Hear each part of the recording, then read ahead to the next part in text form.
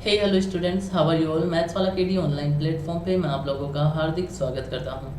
जैसा कि अभी हमने बीच में क्लासेस स्किप कर दी थी क्योंकि मेरे एग्ज़ाम चल रहे थे। अब हम क्लासेस कंटिन्यू करेंगे।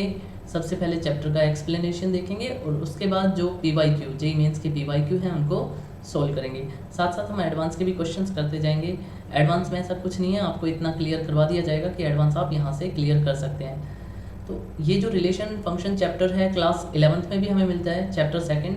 आप दोनों जगह यहाँ से कवर कर सकते हैं, आपको दोबारा से पढ़ने की ज़रूरत नहीं है, ध्यान दीजिए।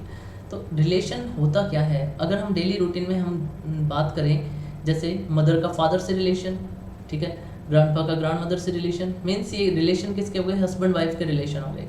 ब्रदर सिस्टर का रिलेशन देख लीजिए, ठीक है, ब्रदर ब्रदर का रिलेशन हो गया।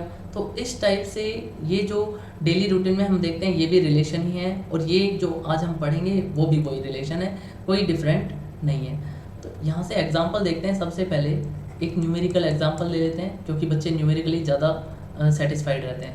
1 2 3 4 5 6 ओके, ये कोई सेट है हमारे पास ए और इसके अंदर 6 एलिमेंट है, और रिलेशन में ये क्या कह रहा है हमें कि ए रिलेट टू बी होगा, ठीक है। मीन्स रिलेशन के जो एलिमेंट है वो क्या आएंगे, ए बी से रिलेटेड होगा। कब, जब हमारे पास क्या आ जाए, b is equal to a square आ जाए। ओके, अब यहाँ से देखिए ए हम पुट करेंगे, a इज इक्वल टू अपन ने 1 पुट किया तो b इज इक्वल टू क्या आया अपने पास 1, ठीक है। तो क्या है अपने पास 1 related to 1। a is equal to अपन ने 2 पुट किया तो b की वैल्यू क्या आ गई, 2 का स्क्वायर इज इक्वल टू 4।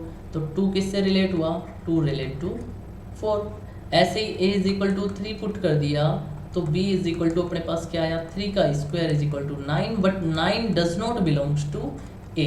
9 जो है वो किससे बिलोंग नहीं करता है, a से बिलोंग नहीं करता है, इसलिए हम क्या लिख देंगे, 3 नॉट रिलेटेड टू 9। 3 किससे रिलेटेड नहीं होगा, 9 से रिलेटेड नहीं होगा।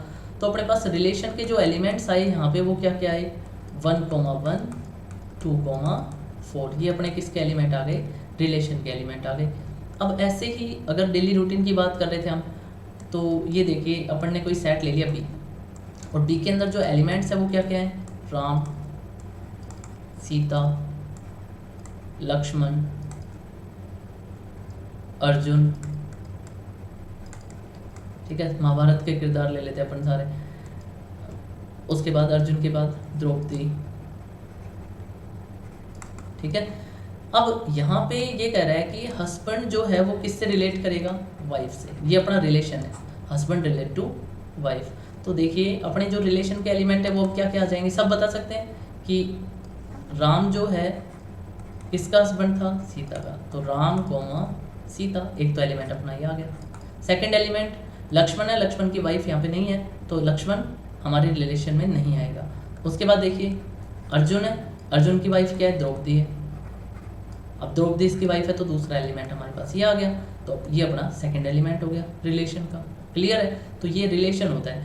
अब रिलेशन की डेफिनेशन जो है वो पूछ ले हमसे तो क्या देंगे, अब रिलेशन की डेफिनेशन हम क्या देंगे वो देखिए। सपोज वी हैव, या let us consider we have two sets A and B.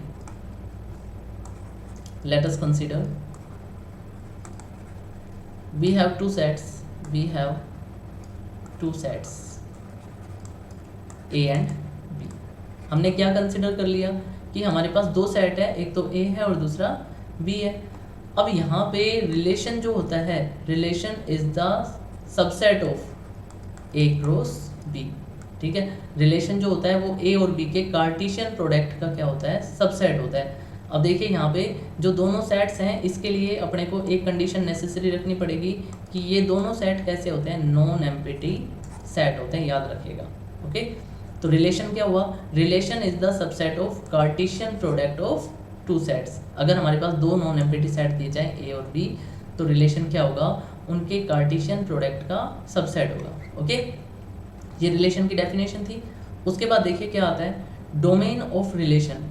Relation का डोमेन क्या होता है बच्चों, रिलेशन के डोमेन के बारे में सबने पढ़ा है, किसने पढ़ा है किसने नहीं पढ़ा, कोई बात नहीं, देख लीजिए। जैसे फॉर एग्जांपल अगर हमारे पास रिलेशन है और रिलेशन के अंदर एलिमेंट आ रहे हैं हमारे पास 1 2 3 4 7 8 9 10, ये अगर हमारे पास किसी भी रिलेशन में एलिमेंट आ रहे हैं सपोज कीजिए, तो डोमेन क्या होता है, डोमेन यहाँ पे डेफिनेशन लिख देता हूँ। Domain is the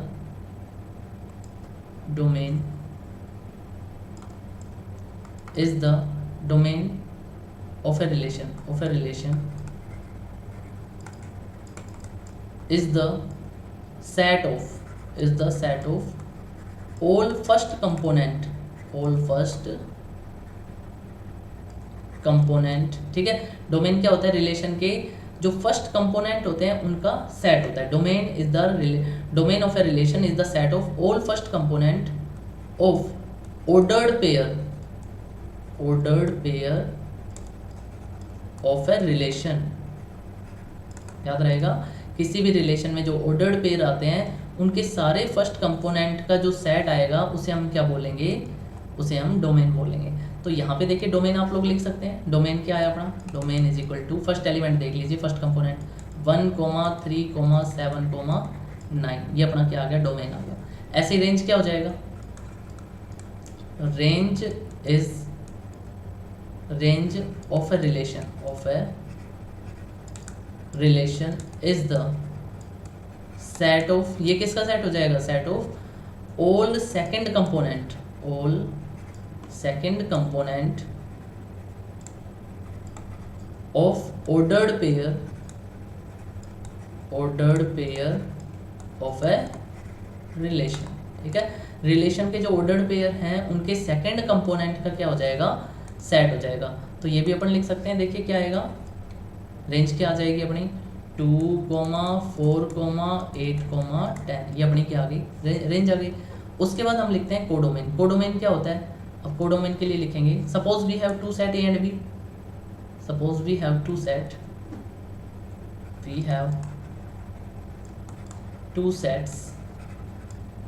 A and B. ठीक है, अगर हमारे पास दो सेट दिए जाएं ए और बी, और रिलेशन किससे किस में है, रिलेशन है ए से बी में रिलेशन है। अब रिलेशन ए से बी में है तो क्या होगा, all element of set B is set to B codomain of relation. ठीक है, तो ये क्या होगा कि जो कोडोमेन होगा वो सेट बी के सारे एलिमेंट्स का क्या होगा, सेट होगा। ओके, उसके बाद देखिए आगे चलते हैं। फिर हमारे पास आता है टोटल नंबर ऑफ रिलेशन। सबसे पहले तो हम ये फाइंड कर लेते हैं। देखिए टोटल नंबर ऑफ एलिमेंट सब फाइंड कर सकते हैं। तो कि अगर हमारे पास एक सेट ए है तो number of element in set A is equal to P. अगर हमारे पास सेट ए में नंबर ऑफ एलिमेंट क्या है, पी है। उसके बाद number of elements in set B is equal to Q, number of element in set B is equal to Q. Then number of element in A cross B is equal to क्या होता है, n A dot n B, इन दोनों का dot product होता है। तो P dot Q is equal to क्या आ जाता है अपने पास, पी क्यू। ये आता है अपने पास टोटल नंबर ऑफ एलिमेंट। और इसने अपने से क्या पूछा है, टोटल नंबर ऑफ रिलेशन। तो बच्चों टोटल नंबर ऑफ रिलेशन क्या होता है, याद रखिए कि अगर हमारे पास दो सेट दे दी जाए ए और बी, इसमें नंबर ऑफ एलिमेंट है पी और इसमें नंबर ऑफ एलिमेंट है क्यू, तो इसमें टोटल नंबर ऑफ रिलेशन होता है, total number of relation is equal to होता है 2 पी क्यू। याद रखिए। ओके, मतलब कितने नंबर ऑफ रिलेशन हो सकते हैं। फॉर एग्जांपल देखिए मैं थोड़ा सा और एक्सप्लेन कर देता हूँ इसको कि अगर अपने पास कोई सेट है ए इज इक्वल टू 1, 2, 3, 4, ठीक है। बी में हमारे पास एलिमेंट है 5, 4, ठीक है, या 4, 5, 4, 5। वो तो एक ही बात है, रोस्टर फॉर्म होती है, सबने पढ़ा है, कुछ भी लिख दीजिए कोई फ़र्क नहीं पड़ेगा। 4, 5 ये अपने पास दो एलिमेंट हो गए। अब यहाँ से अपने को कार्टेशियन प्रोडक्ट लिखना है ए क्रॉस बी। तो बच्चों ए क्रॉस बी क्या आएगा, देखिए ए क्रॉस बी आया 1, 4, 1, 5, 2, 4, 2, 5, 3, 4, 3, 5, 4, 4, 4, 5। ये हमारा ए क्रॉस बी आ गया। तो देखिए रिलेशन के एलिमेंट क्या क्या होंगे वो देखिए। रिलेशन एक तो क्या आ गया अपने पास आ गया, सपोज कि R1 लिख लिया अपन ने। R1 में हमने एक एलिमेंट डाला 1, 4। ऐसे ही R2 कोई रिलेशन लिखा, R2 में हमने दो एलिमेंट डाल दिए 1, 4 और 1, 5। ऐसे ही R3 कोई रिलेशन ले लिया, R3 में हमने एलिमेंट डाल दिए 1, 4, 1, 5 और 3, 5। तो इस टाइप से इसमें हमने तीन एलिमेंट डाल दिए। तो ऐसे कितने रिलेशन हो सकते हैं। तो इस टाइप से किसी भी एलिमेंट के किसी भी सेट के अंदर जितने नंबर ऑफ एलिमेंट ए में है और बी में है उन दोनों का प्रोडक्ट करके 2 की पावर कर दीजिए, तो अपने पास क्या आया था 2 रेज टू पावर PQ। इसके अंदर टोटल नंबर ऑफ रिलेशन हो सकते हैं। ओके, उसके बाद देखिए आगे चलते हैं। फिर आता है types of relation. Types of relation में बच्चों हमारे पास सबसे पहले आता है एम्प्टी रिलेशन। एम्प्टी रिलेशन या हम इसको बोल सकते हैं वॉइड रिलेशन भी बोल सकते हैं। इसका मतलब क्या है कि अगर हमारे पास ए और बी कोई दो सेट दे दी जाए, suppose we have two sets A and B and there is no relation, ठीक है, इनके बीच में कोई रिलेशन नहीं है, ठीक है, तो अपने पास क्या आ जाएगा, रिलेशन में एलिमेंट क्या आ गया 5, तो हम क्या बोलेंगे कि वो रिलेशन हमारा कैसा रिलेशन है, एम्प्टी रिलेशन है। ओके, फिर उसके बाद एम्प्टी रिलेशन के बाद आता है हमारे पास inverse relation. Inverse relation, inverse relation का मतलब कि अगर हमारे पास कभी कोई रिलेशन दे दिया, सपोज कीजिए देखिए r इज इक्वल टू ऊपर ने लिख दिया 1 2 3 4 5 6, ये अपने रिलेशन के एलिमेंट है।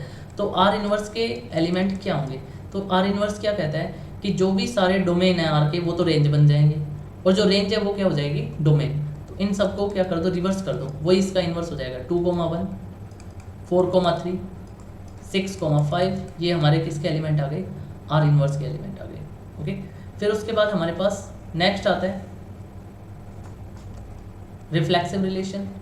रिफ्लेक्सिव रिलेशन, रिफ्लेक्सिव रिलेशन क्या होता है बच्चों, रिफ्लेक्सिव रिलेशन में हम देखते हैं कि अगर अपने पास कोई रिलेशन दे दिया या फिर कोई सेट दे दिया a इज इक्वल टू 1 2 और b इज इक्वल टू दे दिया 1 2 3, ठीक है, यहाँ से हम क्या देखेंगे, या फिर एक काम करते हैं हम एक सेट ही लिख लेते हैं ऐसे। अपन ने एक सेट लिखा n और n के अंदर एलिमेंट लिख लिए 1 2 3 4 5 6, ठीक है, और रिलेशन के अंदर अपन ने एलिमेंट लिखे 1,1 2,2 3,3 4,4 5,5 6,6 1,2 4,6 3,5, ये हमने रिलेशन के एलिमेंट लिख लिए। तो ये कहता है रिफ्लेक्सिव रिलेशन कि अगर हमारे पास जितने भी एलिमेंट सेट में दे रखे हैं उनकी खुद से ही इमेज एग्जिस्ट करे, ठीक है, ये बोले कि खुद ही खुद से रिलेट कर जाए, ये भी बोल सकते हैं। मीन्स 1 किससे रिलेट करे 1 से, 2 किससे रिलेट करे 2 से, 3 किससे रिलेट करे 3 से, 4 किससे रिलेट करे 4 से, 5 किससे रिलेट करे 5 से, 6 किससे रिलेट करे 6 से। तो देखिए क्या ये सारे एलिमेंट एक दूसरे से खुद से ही रिलेट कर रहे हैं, बिल्कुल कर रहे हैं। तो हमारा जो ये रिलेशन है, इस रिलेशन को हम क्या बोलेंगे, रिफ्लेक्सिव रिलेशन। अब किस केस में हम इसको रिफ्लेक्सिव नहीं बोलेंगे वो देखिए, अगर हमें कोई रिलेशन दे देता और वो ये कहता कि इसके अंदर जो एलिमेंट्स हैं वो क्या क्या है, इसके अंदर एलिमेंट है 1,1 2,2 3,3 4,4 6,6 1,2 2,4, ये हमें एलिमेंट्स दे दिए। तो ये जो रिलेशन है ये रिफ्लेक्सिव रिलेशन नहीं होगा। क्यों नहीं होगा, क्योंकि यहाँ पे 1 1 आ रहा है, 2 2 आ रहा है, 3 3 आ रहा है, 4 4 आ रहा है, लेकिन क्या छूट गया इसके अंदर से 5 छूट गया। तो हम इस रिलेशन को क्या नहीं बोलेंगे, रिफ्लेक्सिव रिलेशन नहीं बोलेंगे। अब यहाँ से आप लोगों को समझ में आया। अगर इसकी डेफिनेशन लिखनी पड़े या फिर मैथमेटिकली हम इसको रिप्रेजेंट करना चाहें रिफ्लेक्सिव रिलेशन को, तो कैसे लिखेंगे, तो हम लिखेंगे for all a belongs to a set capital A, ठीक है। ए मतलब फॉर ऑल का मतलब सारे एलिमेंट्स जो किससे बिलोंग कर रहे हैं, ए से, उनके लिए हमारे पास क्या एग्जिस्ट करना चाहिए, ए रिलेटेड टू ए एग्जिस्ट करना चाहिए। तो हम क्या बोलेंगे, उस रिलेशन को रिफ्लेक्सिव रिलेशन बोलेंगे। ऐसे ही नेक्स्ट आता है हमारे पास सिमेट्रिक रिलेशन। अब सिमेट्रिक रिलेशन क्या होता है कि अगर हमारे पास ए और बी कोई दो एलिमेंट है और वो किससे बिलोंग कर रहे हैं, किसी सेट ए से बिलोंग कर रहे हैं, तो ये कहता है कि जब ए कोमा बी किसी सेट से रिलेट करे बिलोंग्स टू आर, तो बी कोमा ए बी वहाँ पे एग्जिस्ट करना चाहिए। बी कोमा ए बी किससे बिलोंग करना चाहिए, आर से बिलोंग करना चाहिए। तो हम क्या बोलेंगे उस रिलेशन को, सिमेट्रिक रिलेशन। तो अब देखिए, अब मुझे बताइए क्या अभी हमने जो रिलेशन लिखा था वो सिमेट्रिक रिलेशन था। ये देखिए ये जो रिलेशन है यहाँ पे ये तो ठीक है आ रहा है, लेकिन 1,2 है तो 2,1 इसमें कहीं आ रहा है क्या, ये देखिए 2,1 कहीं पे आ रहा है क्या, 2,1 कहीं नहीं आ रहा। 4,6 है, 6,4 आ रहा है क्या, नहीं आ रहा। मीन्स एक से भी हमें पता चल जाएगा, अगर एक एलिमेंट का भी जो रिवर्स है वो उसमें नहीं मिल रहा है तो हम क्या बोलेंगे, इसको सिमेट्रिक रिलेशन नहीं है। क्लियर है।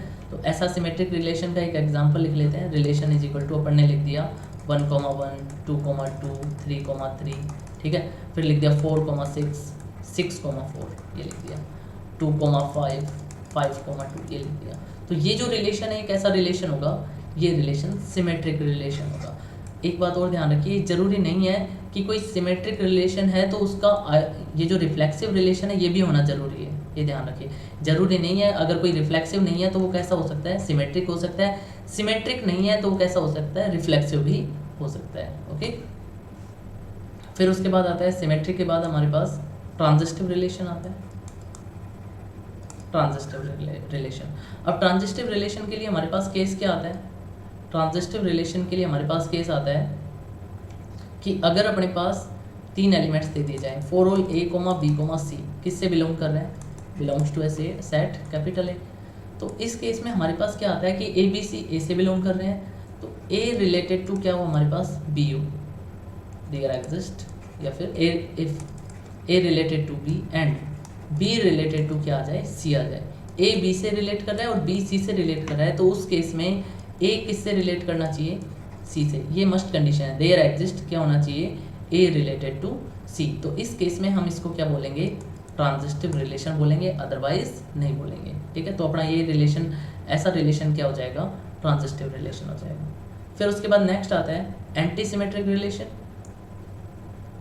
Anti symmetric relation, anti symmetric relation बच्चों, एंटी सिमेट्रिक रिलेशन के अंदर क्या होगा, देखिए कि अगर अपने पास ये रिलेशन आ रहा है कोई भी, कहाँ पे लिखे यार, हमने लिख लिया for all a, b belongs to set A. अब ये कह रहा है कि ए, बी किससे बिलोंग कर रहा है, आर से, और बी, ए बी किससे बिलोंग कर रहा है, आर से, और ए इज इक्वल टू बी है, तो हम उसे क्या बोलेंगे, एंटी सिमेट्रिक रिलेशन बोलेंगे। ठीक है, अब एक बात और ध्यान रखनी है कि अगर कोई रिलेशन है उसके अंदर हमने एलिमेंट लिख लिए 1,1, 2,4, 4,2, तो यहाँ पे ये ध्यान रखना कि अगर अपने पास आ जाए ए,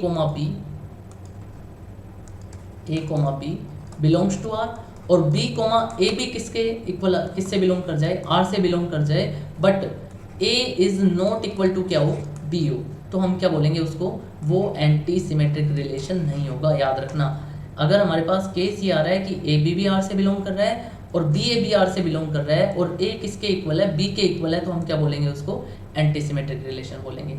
अब इसको देखिए एक और दूसरे उसमें समझा देता हूँ। रिलेशन अगर हमें दे रहा है 1 2 2 1, ठीक है, 3 2 2 3, तो ये हमारा रिलेशन देखिए 1,2 आ रहा है तो 2,1 आ रहा है, 3,2 आ रहा है तो 2,3 आ रहा है, तो ये रिलेशन हमारा कैसा नहीं होगा, एंटी सिमेट्रिक रिलेशन नहीं होगा।